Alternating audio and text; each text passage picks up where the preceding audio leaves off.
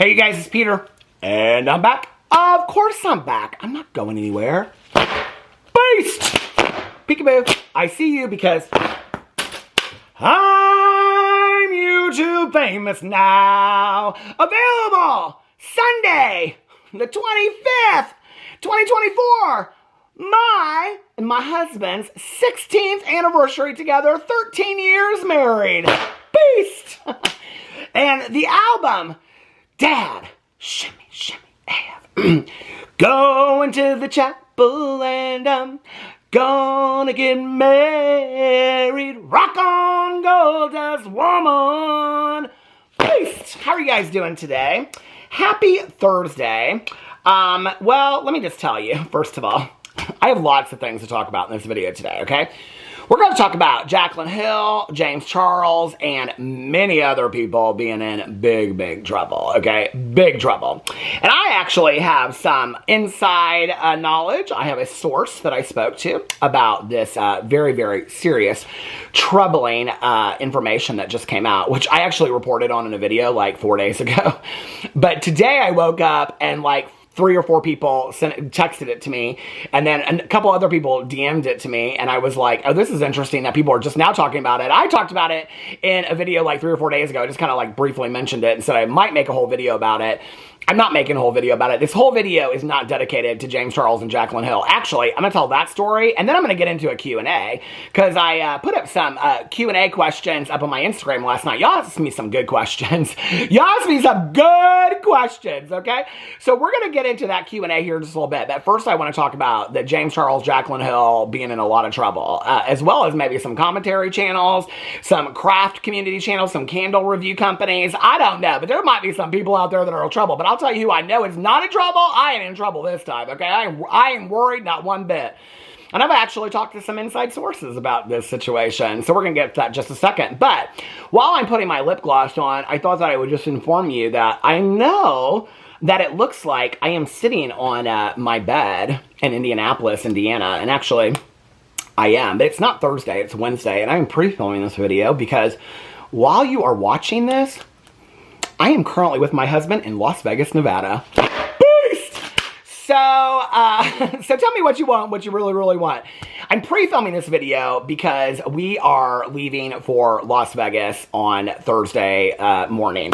And we're staying out there for a while to, something that like a couple of weeks ago, we were trying to figure out what we're going to do for our anniversary. We're wanting to do maybe do a trip to go visit my brother and sister-in-law in San Diego.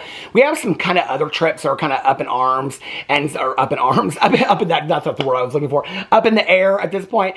And so we were like, we're not really sure like what we're doing for our New Year's trip this year, and Alex has a wedding that we're supposed to go to on New Year's Eve, so we're not sure if we're gonna do that or go somewhere for a vacation, and we wanted to go somewhere in November. So anyway, so we weren't really gonna do anything for our anniversary other than just go out to dinner somewhere here and whatever.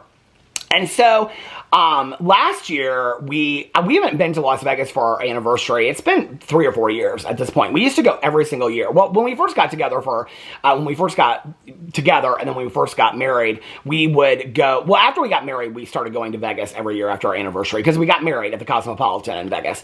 And so after we got married, we started going back to Vegas every year on our anniversary and staying out there for a week. But when we first got together, so our very first date was at Bravo, Italian restaurant, which I don't think exists anymore. So every year after that, we would go back to Bravo, and we would like, you know, recreate our first date and stuff like that. And which is so funny when I look at all the, I've talked about this on my vlog recently too, you know, it's like all the people that we knew when we first got together.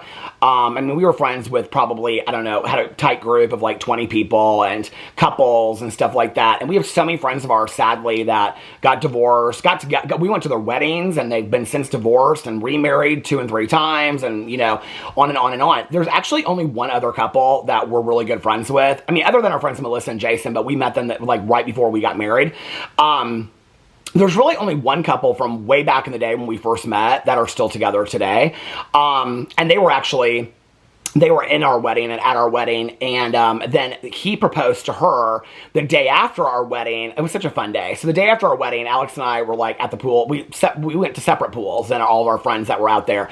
And so we spent the day at the pool, and then at the end we were going to like go walk around and whatever. And one of our friends called us and said that he said that he had just proposed to her. We knew that was going to happen. He was going to propose to her in front of the Bellagio. But then this other couple that we were friends with, that he's like older than me, and they were out there for like a gambling trip. And so they had a room at Caesar's Palace and they had a room at the Cosmopolitan, but they were gambling at a Cosmopolitan. So we like met up with them. They were showing us the videos of getting engaged and stuff because they were the ones that recorded it while our friends got engaged. And so they were like, we were all like sitting there gambling. My husband was mesmerized because this guy was like gambling with like $10,000 chips and stuff like that. And he was like giving Alex chips. He's like, here, put it where you want to put it and stuff like that. And so they were going to see that night Faith Hill and Tim McGraw. They had like meet and greets. And so after that, they were going to dinner at STK, which is a steak. There's one in Miami now at the One Hotel, but at that time, the only one was in Las Vegas. And so it had just opened. And so they were like, I think when we went to the Cosmopolitan and got married, it was like the second or third year that they were open. Actually, we were the first wedding that they ever had at the Cosmopolitan. They actually used our pictures for their like wedding website and stuff like that for a long time.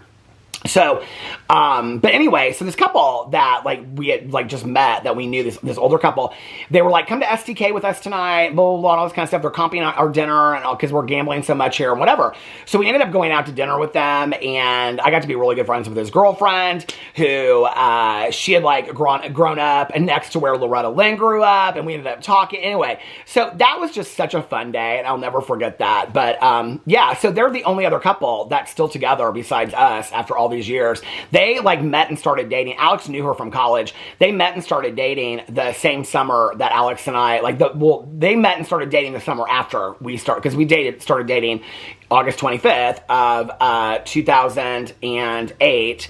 They met summer 2009. And so they've been together the same amount of time almost that we have. And then, so they were in our wedding and we were in their wedding the following year. We read in their wedding. So anyway, but that's really fun, and I love them so much. And so anyway, and they're actually kind of inspiring to us, because several years ago, I don't know, it was probably 10 years ago now, we were talking to them about like, you know, doing like buying this, buying that, saving money for this, saving money for that. And they're like, we decided a couple years ago that we were just going to like start saving our money for experiences. And so they are like marathon runners, and they do Ironmans and all that kind of stuff. And they travel all over the world. And so they'll like go to Peru for like 3 weeks, and you know, all this kind of, they do always around these races, but then they like stay there. And so like Alex and I like really upped our traveling after that, because they're like, when you travel, you like get to spend time together and have experiences. So a couple weeks ago, I think 2.5, 3 weeks ago, Alex and I were laying here in bed, and we were just like talking about what we're going to do for our anniversary. Like, you know, were we going to go out to dinner somewhere? Last couple years, we've gone to this place called the Italian House that my cousin loves. And I don't even remember where we went last year for our anniversary, but what were we going to do for our anniversary and stuff like that? Then we wanted to do something special. And I said to him, he goes, well, I was looking at Las Vegas. He was looking at like, you know, different places in Las Vegas, like Resort World. And the last time we went, we stayed at the Encore with our friends, because it was our friend Jason's birthday. And so he was like looking at different places and whatever. He goes, it's really not that expensive this time. Because the last year we were going to go, and I looked, and it was like so expensive to go to Las Vegas, right? And so that's why we opted out. It's like we looked like 3 weekends in a row, and all those 3 weeks, because we usually go out there for a long period of time, were really, really expensive to go. And so we were like, we can't afford this. Well, Alex had looked, and he was like, it's really not that expensive right now to go to Las Vegas. And so I looked. I literally, that night, so I was like, do you want to go to Vegas? And he was like, I'd love to go to Vegas. So I literally went downstairs to the computer. I like pulled it up, and I looked it up, and we looked at like 3 different places. And I was like, I shouted upstairs. I was like, because he was looking at the same places as me. I was like, do you want to go? And he was like, yeah. I go, well, then I'll book the airlines. You book the hotel. He was like, all right. And we did it. Like, I mean, we just made the decision. It was so much fun. And so we're so excited about this. And so I'm pre-filming a lot of videos I'm not going to pre-film a lot. I'm pre-filming as many as I can do before I go. And I will continue to film while I'm on vacation. If drama pops off, I will film drama videos over here. I will, of course, continue to vlog every day that I'm gone. Those are referred to as the vacation vlogs over on my vlog channel, Peter Vlog. So if you want to keep up with the vacation while I'm gone, go over and check out my vlog. I think that I probably will take a couple days off just to kind of like hang out with my husband and stuff like that. So that's why I'm filming this video today. So that Thursday, there's like something up and you guys will know where I'm at in case I don't film until I get back. I may take, a week off or something like that until I get back. I don't think so, but my husband's always really, really encouraging. It's crazy because, like, he'll be like, don't you need to go film a video? Like, I'll just sit here while you film a video or whatever. Or, I'll go get our places, by the pool or the beach or whenever we're on vacation. What's interesting about this, though, I have to tell you, okay, is that when Dramageddon 1 originally popped off, well, first of all, y'all know that when I'm on vacation, some major drama pops off. So I probably will have to film videos because I'm sure some major drama will pop off, okay? But when we were on our anniversary, 5 years ago, whenever Dramageddon happened, I don't remember, but it was when we were in Las Vegas that the original picture came out with Manny MUA, Laura Lee, Gabriel Zamora, and Nikita Dragon, where they were flipping off Jeffree Star. That was when that picture came out, was when we were on our anniversary trip, because I started filming videos, and I can remember literally filming like 2 videos a day because so much stuff was popping off, and that was it. And I can remember at that time, there was only like 2 of us that were covering it at that time, that we were like the only 2 that were covering the drama that was going on with Dramageddon. Later, people picked it up, but we were like the only ones that were covering it at that time, which is so funny to me when people are like, yeah, nobody was covering that at that time. I'm like, I was in Las Vegas filming videos in the hotel room, waiting to try to make it down to the pool. I remember filming those. People were going crazy over it. I remember it was so huge. I remember talking about that at that time. So that's kind of a little memory of how drama, invades my personal life and all that kind of stuff. Also, I think that was maybe that I have to look back at my pictures if that was the same trip that Shane Dawson reached out to me to meet with him, and I met Shane, Ryland, Andrew, and Garrett. And Alex and I went down to the Bond Bar in the Cosmopolitan, and we met them and hung out with them for like 2 hours. And then Alex that night got to meet Cascade, his favorite DJ. And so it was like, couldn't believe it. People ask me all the time. They're like, you used to love Shane? Yeah, like I've learned a lot about who Shane Dawson is over time. It doesn't mean that in that moment, like I look back on a lot of moments that I had through my course of being on YouTube as like, those were really cool moments. That doesn't take away from the moment that my opinion changed about somebody. I'm not somebody that when a relationship or romantic relationship ends, that I go, I hate that person, they're blah, blah, blah, blah, whatever. Like, I don't look at that at all. I'm incredibly grateful that Shane Dawson met with me. It was a fun moment for me. It was a really exciting moment for me, And I was really grateful for that. Over time, when I learned about how he was speaking about other people, including myself, behind our backs, then I started taking another look at him when I realized how manipulative he was, not just to me, but to other people. I think people always think it's about 1 or 2 things, and they'll say, well, but you did this sit down with him and whatever. I did, and it was great, and it was fantastic, and then I kind of saw the light. I used to say back in the day, it's like going before Oz, and when you see the curtain ripped back from Oz, you see the truth, and that's kind of what it was. It was several incidents that happened. It was several phone calls that I had with him, text messages that I had with him, encounters that I had with him. It was multiple things. It was probably 10 together. The first 4, I was kind of like, am I seeing too much into this? By the 8th or 9th one, I was like, no, he's just a shit person is what it is, right? And it would be like that with anybody in my personal life as well. But I'm thankful for that moment. That was a fun moment that I had, meeting all of them. It was really fun. And, so yeah, I'm grateful for that. But, people always ask me that. They're always like, well, you used to love him. I mean, yeah, your opinion, my friend Tony Jean says all the time, your opinion can change in a moment's notice. My opinion changed over time. Apparently his did too, because he was talking shit about me behind my back just a week before he met with me and flipped a fan in my face. They purposely bought fans to flip and then was talking stuff about me. But people think that I have like this real hatred towards Shane. I'll be honest with you. People have been sending me stuff about Shane for like the last month. I haven't looked into it at all. I don't watch his videos. I wish him all the best. I really do. I will say this, and like I haven't watched a lot of his videos, but nobody sent me anything about it, so I have to assume.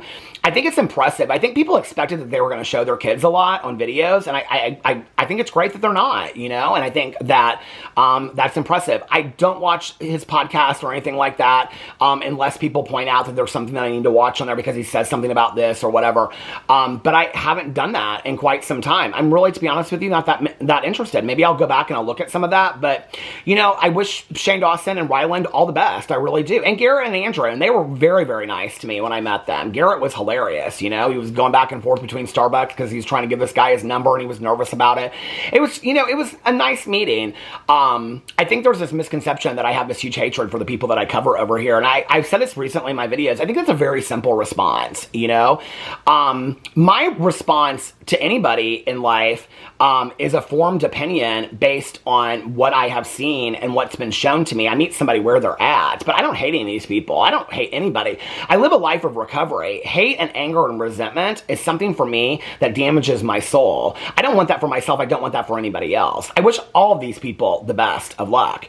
So before I get into this Q&A and this very long intro, just to let y'all know that I'm in Las Vegas, I guess I should say that we need to get into the James Charles, Jaclyn Hill drama. Well, it's not really James Charles and Jaclyn Hill. It's really James Charles, Jaclyn Hill, and a bunch of other people, okay? But this was brought to me, actually, I think last week, and Kinsey, and I told her I would give her a shout out, and I gave her a shout out a couple days ago, and I'm going to give her a shout out now. Kinsey sent me an article, and it was originally broken by the Business Insider. You know what's crazy to me is it's always interesting to me whenever I do a video covering like FTC guidelines, FTC policies, and things like that, which I'm very versed in now. I've read all the information about it. I've read all the articles, and I have a source. So when I've looked into all this stuff, there are people that are really, really interested in it, but then I get a couple comments, even from people that really like me, and they're like, I'm so bored of this. Like, I'm so tired of you talking about FTC guidelines. I mean, I don't know what to tell you. I guess, like, you know, maybe somebody rolling their eyes at a meet and greet is more exciting than somebody breaking the law. To me, it's very interesting, okay? And that's why I continue to cover it. I also think that it shows the character of these people and who they are. You know, the fact that Toddy Westbrook, Jaclyn Hill, and all these people claim to not be liars, but then they openly lie with evidence, factual evidence on their own videos. They lie to their audience. They don't disclose appropriately and all that kind of stuff, right? So that's very interesting to me, is that you, like, in your own videos, like, you're doing it yourself, you know? It's like last night, I watched the Scott Peterson documentary. I had watched the Lacey Peterson documentary, which I covered on my Peter Watches TV channel. So I turned around because last night came out Face to Face, the Scott Peterson documentary. They should not put that person on video. I said that in my last video. They should not put that person on interviews. I mean, Scott Peterson is like, just, okay. I don't even think he hears what he says when it comes out, right?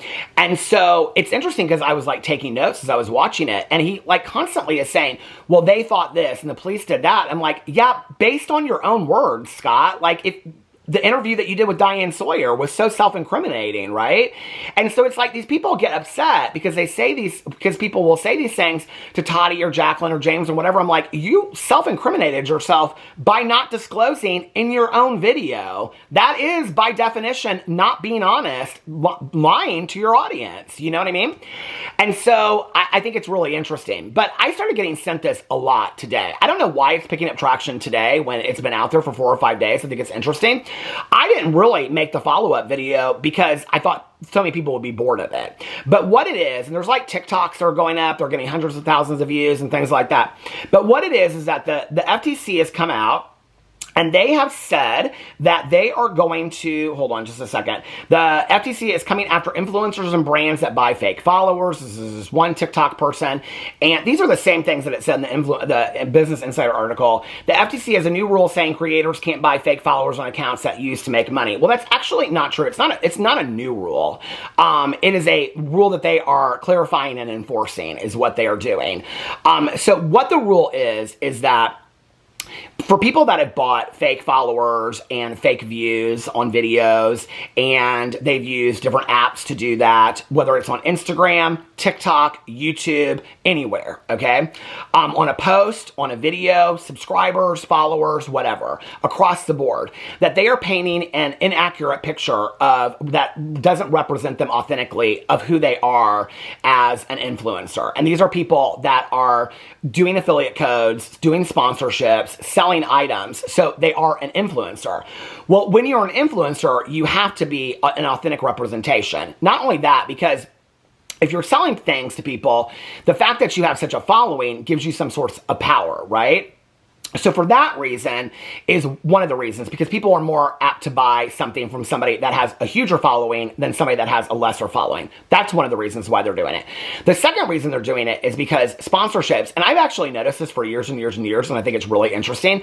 Sponsorships companies will go with, they will sponsor people, influencers that seemingly have a larger following than other people do, okay? And so people that have fake followings are getting sponsorships and getting paid a lot more sponsorships. I've actually talked to brands that have reached out to me, and not to do sponsorships, but they've seen me do my FTC things, and they'll say, can I ask you a question? And I'll say, yeah. And they'll say, so I can't tell you who, but we did like a sponsorship with somebody, and they, per what they showed me, because even like on YouTube, sometimes on the back end, you can't see if you buy it. You sometimes can't see it on the back end. So YouTube might not know. But they'll say like, you've talked a lot about FTC guidelines, and do you know about this? And I'm like, okay. So they'll say, it looks to me, I've actually had like probably 3 or 4 companies reach out to me and ask me this, okay? They've emailed me first and then we've talked.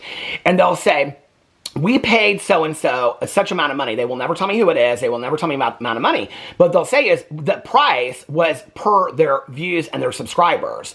But what was interesting was that when we did the sponsorship, because you always have a code on it, right? Like their code did not translate to their sponsorships, right? Like for one of the reasons, like I continue to do Adam and Eve sponsorships over here. My code is code Peter. So when Adam and Eve, and I have somebody that I work with at Adam and Eve, when they go in and they can see my code, they can tell me like your code is doing really well, you've sold enough, you haven't sold enough this month, blah, blah, blah. And anybody that's ever done an Adam and Eve sponsorship will tell you that's exactly what they say. Your numbers are not good enough. No, we're not going to renew your contract this month, or we will renew your contract next month, blah, blah, blah. By the way, I'll be doing an Adam and Eve sponsorship coming to you real soon. So, but that's what they'll say. They'll say like, you know, like your numbers don't, you say you're going to get this many numbers. In fact, some sponsors will say, you need to get this many views on a video, right? And so then what people will do is they'll buy views for that video to make it look like they got that many views on a video. But what the code, it will show that like if they got 100,000 views, they only got 10 people that bought something off of that. That doesn't translate, right? So this is where it's fake. Now, years ago, and I've shared this story actually on here quite a bit, I have a very, very dear friend of mine that was Miss Indiana. She was a pageant winner. She ended up to model for Wilhelmina and things like that. She had modeled for major, major, major brands. Like she had billboards all over Las Vegas for Virgin Airlines. I mean, she had done major, major campaigns for brands, international campaigns. And I'll never forget, she called me, and she was in Miami for Miami Swim Week. And it was like they do like, you know, swimsuits and stuff like that. And she couldn't get casted. And she was like, I don't know what to do. And her portfolio was so packed heavy, right? And she said, I go into these castings, and these girls do not even have portfolios with them. And she said they'll literally go in and they look at their Instagram following, and their Instagram following is so big. She's like, but their pictures don't match, because most of their pictures don't have that many likes on it, but they have so many subscribers that people will book them right away because they think they'll take a picture, put it up in their Instagram, and it'll get that brand more following.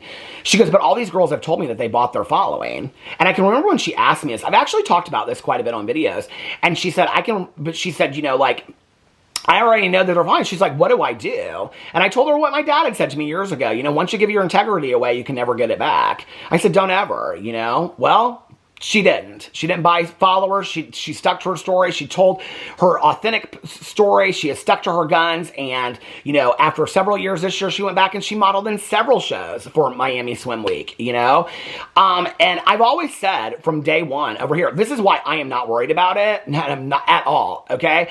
Is that for years over here, I have said that if I were going to be on YouTube, I wanted to know that my numbers were exact. When you look at my numbers, and I don't even really give a shit that much about my numbers. Trust, I would love that they were 10 million, okay? Because that would mean 10 million people were possibly watching my videos, you know, or at least 100,000 people or whatever. But you know what? Like, it doesn't mean that much to me, obviously. Honestly, it doesn't. Obviously, if it did, I wouldn't be making videos like on my Peterisms channel that are getting 300 to 500 views a day. I wouldn't make those videos anymore if I only cared about the numbers. I make those videos because I love making those videos, you know?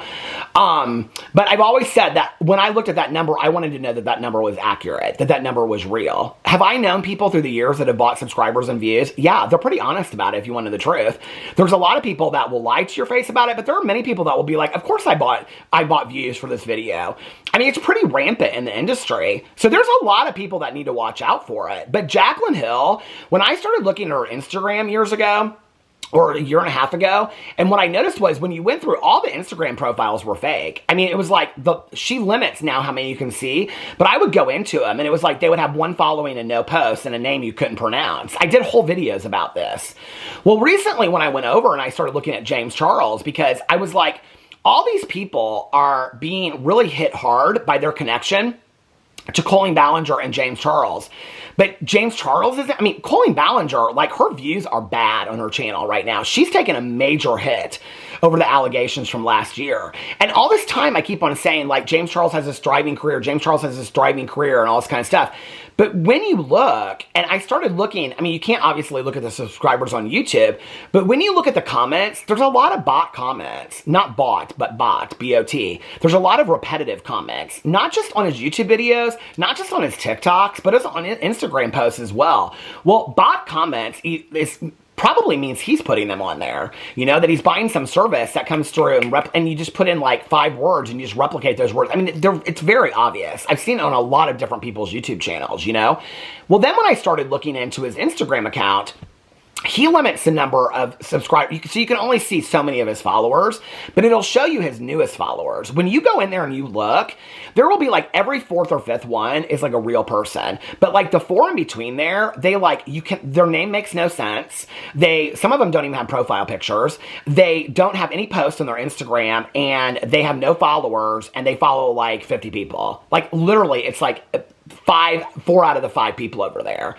So do I think that this is going to greatly affect people? Absolutely, I do.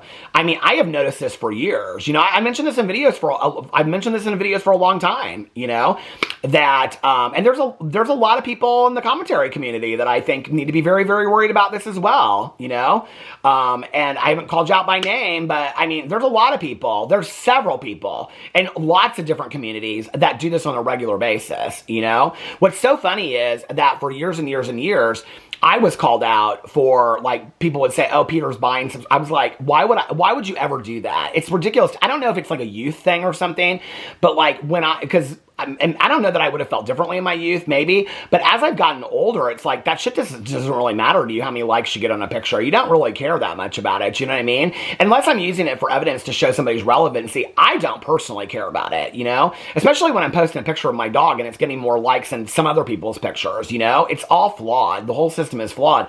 We go over this thing with likes and subscribers. And so, of course, there's all these systems in place for how to, like, buy views and how to buy subscribers to the point where it looks authentic now, you know? You know, follow this for that. I mean, and the other thing this FTC thing is that it's going to affect these people that have been doing giveaways for years and years and years. And this is what my source told me, that these giveaways where it's like, to enter the giveaway, you have to follow these 10 people. Well, you can't really do that. Do you know what I'm talking about? They do this on Instagram a lot. You can't really say that. Like, that's kind of been a violation all along, but they've let it slide. So my source, for those of you that don't know, I reached out to the FTC and asked them some very, very direct questions. So I just want to make that clear. I would never, you know, like, name people. My job as a drama commentary channel is to bring you guys the information as a consumer, and what you choose to do with it is up to you. Whether you choose to research it further is up to you. Whether you choose to continue to follow these people or not follow them, I'm not going to tell anybody who to watch on YouTube, who to watch on TikTok. That's a decision that you have to make. I just want to inform you of the information, then you can make the decisions that you want, okay? There are channels out there that tell people that they shouldn't follow other people. I wouldn't do that, okay?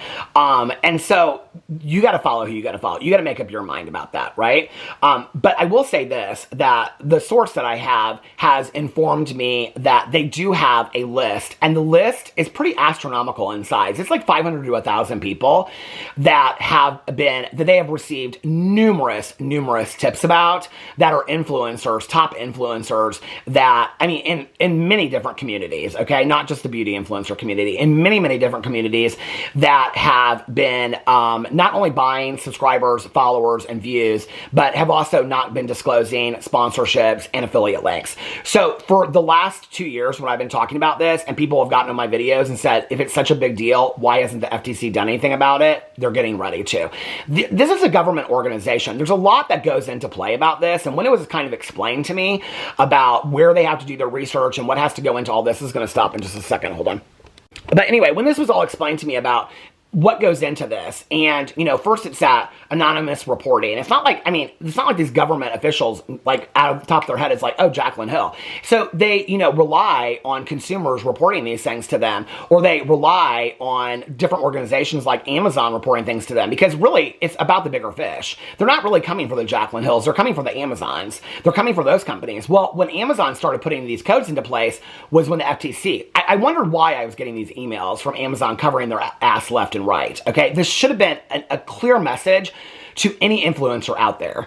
And I do not know the names on this list or anything. I mean, obviously they weren't going to give me any kind of information like that. But the Amazon started sending out these emails, and the emails were like, blah, blah, blah, blah, whatever, and you, like, if you do this, you need to do that. Basically, Amazon was covering their ass. Well, what that was that the FTC had sent warning letters to Amazon, okay, and to other companies. I wasn't told that exactly like that, but what I was told was if they were starting to put safeguards into place, it might be because they got warning letters, was basically what I was told, okay? So if that were the case, right, then Amazon is they're like making sure that well, if Amazon is doing what they need to be doing, then Amazon is they are going to be forced, okay, to come for the people that are violating their platform. The FTC is going to force that. The FTC is going to say, these 100 people are regularly violating your platform. Now, I want to make this very, very clear, okay? I talk a lot about Jaclyn Hill over here because Jaclyn Hill is somebody that I've always talked about. Jaclyn Hill violates FTC guidelines on a regular basis, okay? As does Toddy Westbrook by not disclosing every sponsorship, most affiliate links, and things like that, hiding how they do it, on and on and on. That being said, there are entire TikTok accounts that are dedicated to teaching people how to do affiliate marketing. There are entire TikTok accounts that only do affiliate marketing. There are entire Instagram accounts that only do affiliate marketing that have nothing to do with the people that I talk about on this channel, okay? I have to assume, because those people, when you look at their numbers and you look at the stuff that they're selling, they are literally probably making hundreds of thousands of dollars a month off of affiliate marketing. I have to believe those people are on the list. So would it surprise me that Jaclyn Hill, that's, you know, making a really, really good money off of that, might not be on that list? I mean, she might not be on a list like that. You know what I'm saying? I still think that it's cruddy that she's not disclosing appropriately, but it doesn't mean that the FTC is going to fine her, that they're going to do anything. I just want to make that clear. But she could be in trouble. She could be in a lot of trouble. It's interesting to me that Amazon is starting to really safe code, because what it says to me is that probably Amazon got warning letters from the FTC, because the FTC is more likely, when you look at their violations that they filed, you can go to the FTC website and you can look, it will list everything that they have filed on there for like the last 2 years, okay? Like they won't put the warnings on there, but any like claim that they have, they put on there. When you look at them, there are several individual people that they've come for, but it's mostly companies. And so they're going to get the bigger fish, because if Amazon has to pay a huge, like Facebook a couple years ago, I think it was something like $1 billion they had to pay the FTC. You guys can go do the research. This is absolutely 100% true. All these companies get fined huge sums of money, okay, for violations that are happening on their platform. Well, if Amazon could be fined $1 billion by the FTC because they are not holding the people that are using their platform accountable, Amazon's not going to continue to let those people not use their platform appropriately. So then Amazon's going to take away those people's platforms. That could be what happens, okay? And then people will stop doing sponsorships with these people if their numbers are not accurate. So it's going to be interesting to see how this unfolds. But people like Jaclyn Hill, I believe James Charles is doing the same thing, where it's all smoke and mirrors. I mean, at this point, you don't even really know some of these people, how many views of video they're getting, how many subscribers they have. I mean, they might be getting less than me, in all honesty. I mean, I'll be honest with you. There are some channels that I have looked at that because there's a couple out there that I've been watching very, very closely with a couple other drama channels out there that we've watched a couple channels very closely. And what's interesting is, and I've talked about this in other videos, this is nothing new. What's interesting about it is that the video will be up for like 6 hours, okay? And it'll be very slow moving. It'll be like 2,000 to 3,000 views every hour, okay? And then, let's say at the 6 hour, we're sitting at 18 to 20,000 views, okay? And you're now at like 2 o'clock in the morning. Well, I'm up that late, okay? I'm up real late at night. So I'll keep on going back and checking these videos when they post them. Between like 2 and 4 o'clock in the morning, that video will go from 18,000 views to all of a sudden like 96,000 views. So you're telling me that in a period, okay, of 2 hours, when you didn't get that many views up during the time that people are awake, unless they all woke up in Europe at 5 o'clock in the morning and 80,000 people rush to go see this video, it happens every single time. And what's so interesting about it is that they don't, and so there's a lot of people out there that I don't even pay them any mind anymore, if you want to know the truth, okay? Because it's all smoke and mirrors. It's all bought. Their entire careers is bought. And what they've done is, they've done that so that they can afford these sponsorships, so they can appear to other people that they have huge platforms, so they can get interviews and they can get all this kind of stuff. It's all the building of a career. And it's really unfair to other people. And this is why the FTC is breaking down on it, okay? Because other people aren't getting offered the same opportunities. They're not getting interviews, they're not being included in certain things. They're not getting opportunities that other people got because all these people have been faking it for so long. So it's going to be interesting when this comes out. I mean, we could find out that somebody like, I'm just throwing this name out there, like, what if Tana Mojo has been buying her followers all these years, And this is what I also think that happens. I don't think Tana Mojo did. I don't think she's anybody. I just used her as an example because she's so far from the truth. I think that Tana Mojo's following is 100% real. I really do believe that. But let's just say if it was somebody, this is what I think happens, right? Is that they buy it for a while to fake it. And I saw this happen 8 years ago when I started in the drama community, right? Like I saw it happen like with people that I was like, watching closely and stuff like that. That what happens is they buy views off of like 1 to 3 videos. So it looks like all of a sudden they're in the algorithm. People are watching their videos more. And they buy subscribers, and so it looks like off of 1 video or 2 videos, they got a lot of views, or off of 1 TikTok or 2 TikToks, when in reality, there's no truth to that at all.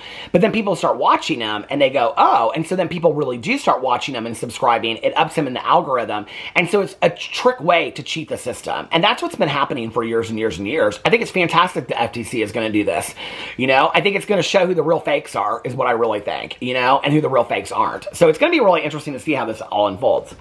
All right, let's get into some of these Q&A questions, and maybe I will save the rest of them for later in the week. Okay, this has been up. So I put on my Instagram, ask me questions, anything, let's go. This has been up for 21 hours. So let's get into some of these questions. Okay, are you ready for fall? Oh, this is my good Judy, Nikki. Nikki is teasing me because we've been having these long conversations about, I'm ready for fall and I'm ready for Halloween, but I'm not ready for the pool to close. And I found out that the pool is closing September 8th. So we actually get a week longer than I thought we would. So I am not ready for I'm not ready for the fall yet. I'm not ready for, but I am, but I'm not. I don't know. Like I'm in between. Once the pool closes, I'm totally ready for Halloween. Let's get down. Okay. Which housewife to binge watch? Oh, that's so hard. It just depends on what you watch. I think if I had to pick any city to go back and binge watch from the very beginning, I would pick Atlanta. If I'd never watched any of them. Atlanta is it's the best. Most dramatic and things like that. If you're trying to watch one to catch up, New York, the new cast only has 1 season. So I would recommend New York first, and then probably I would recommend Salt Lake City second, because I think it only has 4 or 5 seasons out, and the next season, the trailer looks fantastic. So it's supposed to be really, really good. Do we have to keep it PG? Never over here. We have a cuss jar. Okay. Hold on a second. Are we ever going to get the Tawny Katane video? Silently patiently waiting. So I said I wanted to do this video over here. I've pre-filmed so many videos that my back is killing me. I have been wanting to do this video over here for quite some time where I talk about, I wanted to do videos talking about sea monkeys to everything else. And I wanted to do a video about the tragic life of Tawny Katane. This is the thing. People always ask me to talk about different things. I did this video the other day, this AITA video, Am I the Asshole? I had so much fun doing that video. But I try to do videos that people enjoy watching. People say you only talk about the same 5 or 6 people, but when I steer away from that, people don't watch the videos, And so I want to make videos that people want to watch, and that's why I do this, So I don't know, I would love to do the Tawny Katane video, but I don't know that other than you, anybody would want to watch that video. Does anybody even think about Tawny Katane? In the White Snake video, I still do. I still think about you, Tawny. Okay. Let me get, some of these are real serious, okay. Any tips on navigating grief from the death of a loved one? I've talked a lot about that. That's the kind of stuff I talk about on my Peterisms channel. Can you do a subscribers ask you, am I the asshole questions? Feel free to email me in my email that's listed below and put in the subject, my AITA, am I the asshole? And if you want me to do a video where I read subscriber submissions, I would have no problem. I would love to do that. If I do it on my Instagram, the box is too small. You can't include it all in there. So email it to me. Okay, let's see. Would you take on a family member's child or children indefinitely? This is an interesting question that you ask. I would if there were no other options, I think, you know, like, so I'm the godchild to my uncle, or I'm the godchild. So my nephew Sebastian, I'm his godfather, and Alex is Carlitos' godfather. And so obviously if something happened, you know, we would step in. There's so many other options in the family that I think we love being uncles. You know, obviously we love spending time with our nephews. That would probably be the only situation I could ever see where it would ever happen. But we don't have any desire to be parents. Those are very deliberate decisions that we made. I actually talked about this recently on my vlog. Those are very deliberate decisions that we made. I would step in if there were no other options. Obviously, my life would change drastically. I would be, you know, going to bed at regular hours and, you know, moving into a more kid-friendly neighborhood where they could have friends and stuff like that. I would be very involved in school, sports, you know, music, whatever they wanted to be involved in. So my life would change drastically. It would be a huge decision for me. If it was absolutely necessary, I 100% would do that for a family member or a friend that I absolutely loved. Of course I would.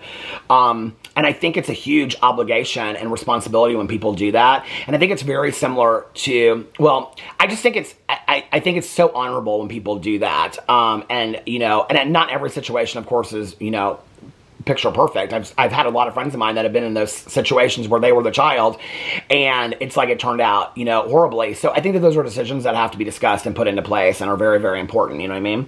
I tell you this, I do worry about like traveling with my dog. I mean, I have all that stuff set up in place. Like if something happened to Alex and I, like who would take care of Boo Radley and all that kind of stuff. I mean, it would be Tanya Jane, and because she owns a kennel. And so I was like, you'd have to take Boo Radley home. And she's like, it would be one of my family, you know. And I had all those conversations with my friend Tanya because she is such a dog lover and such an animal lover. And she knows Boo Radley. I mean, Boo Radley is family to her, you know. And so I've had all those conversations with Tanya about all of our dogs that we've had. But now that it's just Boo Radley, I've had those conversations. I think it's important to have those conversations. You need to have wills in place. You need to have financial planning in place. And especially in the world that we live in right now, I just want to say this. With the discussions that are going on in the world and the possibilities of how the world could change, if you are a couple, you know, I am a gay couple, okay, that married after marriage. Well, our wedding was before marriage equality was legalized, but then we got married again after marriage equality was legalized, obviously. But I'm in a biracial, same-sex marriage, and I'm married to an immigrant that's now a citizen, but I mean, you know, he came here as an immigrant.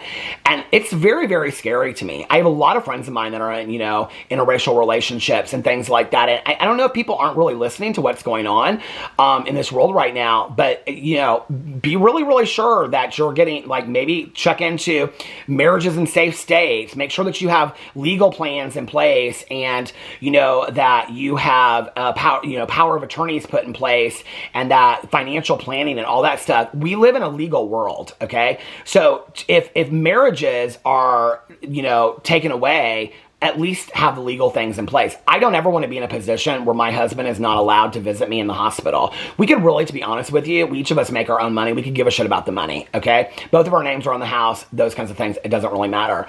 I don't ever want to be in a position where I can't visit my husband in the hospital or he can't visit me. And when people say, why are you going to those lengths? That literally has happened in my lifetime. I don't know if people don't realize that, but in my lifetime, there were gay married couples that had been married for years and years and years, not legally, obviously, because it was before marriage equality, but had lived together for 30 to 40 years where they, I mean, have you guys watched like the movies of The Wall, If These Walls Could Talk, that like couples couldn't come and visit somebody, and as soon as the other partner died, even though they'd spent 40 years together, owned a home together, they were literally, the family would come in and kick them out.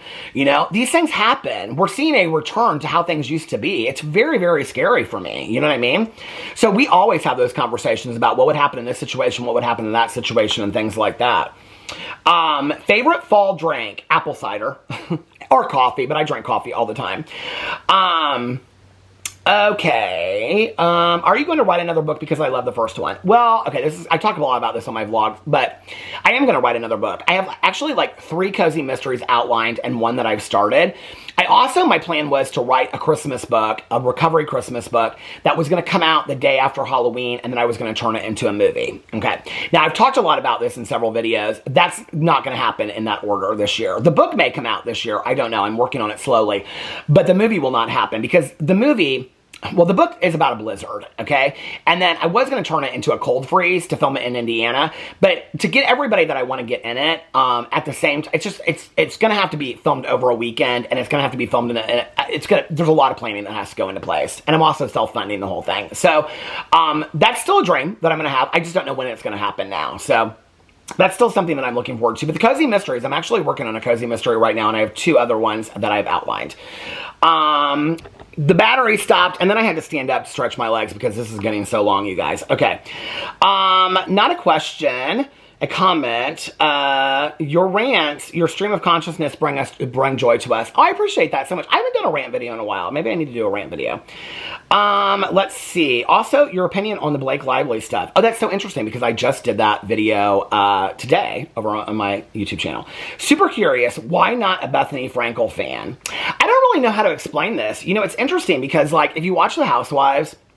If you've watched them for as long as I have, I mean years and years and years, you just kind of have those housewives that you like and that you're gravitated towards, and then you have those housewives that you just really can't stand. You know, that's just it with the housewives. I mean, sometimes there's no explanation. It's just like you just don't like them, you know? And then sometimes it changes from season to season. Actually, it often does for me. It often changes season to season for me. You know, I'll like go in and I'll like one season I'll love this person, the next season I won't. So it constantly changes for me. I don't know what it is about Bethany Frankel. Bethany Frankel, I mean, a lot of the housewives have a sense of entitlement about them, but Bethany Frankel always kind of seemed to have a sense of entitlement about it. I feel like she always kind of talked down to the women on The Real Housewives of New York. She now is kind of coming out and like, I mean, I watch these TikToks and I don't know. I don't watch all of them, but when they're sent to me, I watch them. But anyway, that's why. I don't know. I can't really explain. I don't vibe with her.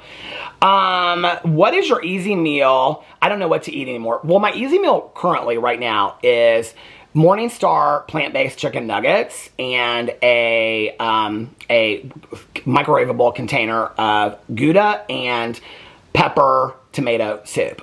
That's my go-to easy meal that I've been eating for dinner almost every single night, unless I eat bad. I have not seen Ted Lasso yet. What is your favorite YouTube channel? I don't really have a favorite. I mean, there are channels that I definitely like gravitate towards more some days than others. I would say that my constant for me is my vlog and being able to after every video is done, after the whole day is done, to be able to sit down and, you know, on that channel and just sit outside and drink a cup of coffee and just talk to everybody about what's been going on with my life. It's so cathartic for me. It reminds me of, like, do you guys remember Doogie Howser back in the day, and he would always like write the diary? It very much reminds me of that, except it's like a half an hour to an hour long. But I have so much fun in my vlog, and I never know what I'm going to talk about when I sit down there. And sometimes my neighbors walk by and I talk to them, and, you know, it's really, my vlog is very, very peaceful for me. I wouldn't say it's my favorite channel because I get something different out of all of my channels, you know? I'm getting ready to do, right now I'm going to turn around, I'm going to do this Peter Watches TV video about the Scott Peterson documentary Face to Face on Peacock that I just watched last night. Like, I love doing those videos. The Peter Watches TV channel, I'm having so much fun doing right now because I love watching TV shows so much. But there's not really, I mean, every channel kind of like fits, I don't know, like for me, like I'll wake up and I'll be like, well, I want to do this or I want to do that. You know what I mean? So every channel is fun for me. I don't really have a favorite. They're all so different, you know, for me. And I know that I talk about a lot of the same issues across all of my channels. But I try to keep it specific, you know, to that channel, what I'm talking about. So anyway, but I love them all, and I'm grateful for all of you for following all the channels, and I really, really appreciate it, and it means the world to me. So thank you so much for watching this. I don't know how many days I'll film while we're in Las Vegas, but I love you guys so much. I will be filming over my vlog, though, if you want to keep up with me, but I love you guys so much, and I'll see you in my next video. Bye.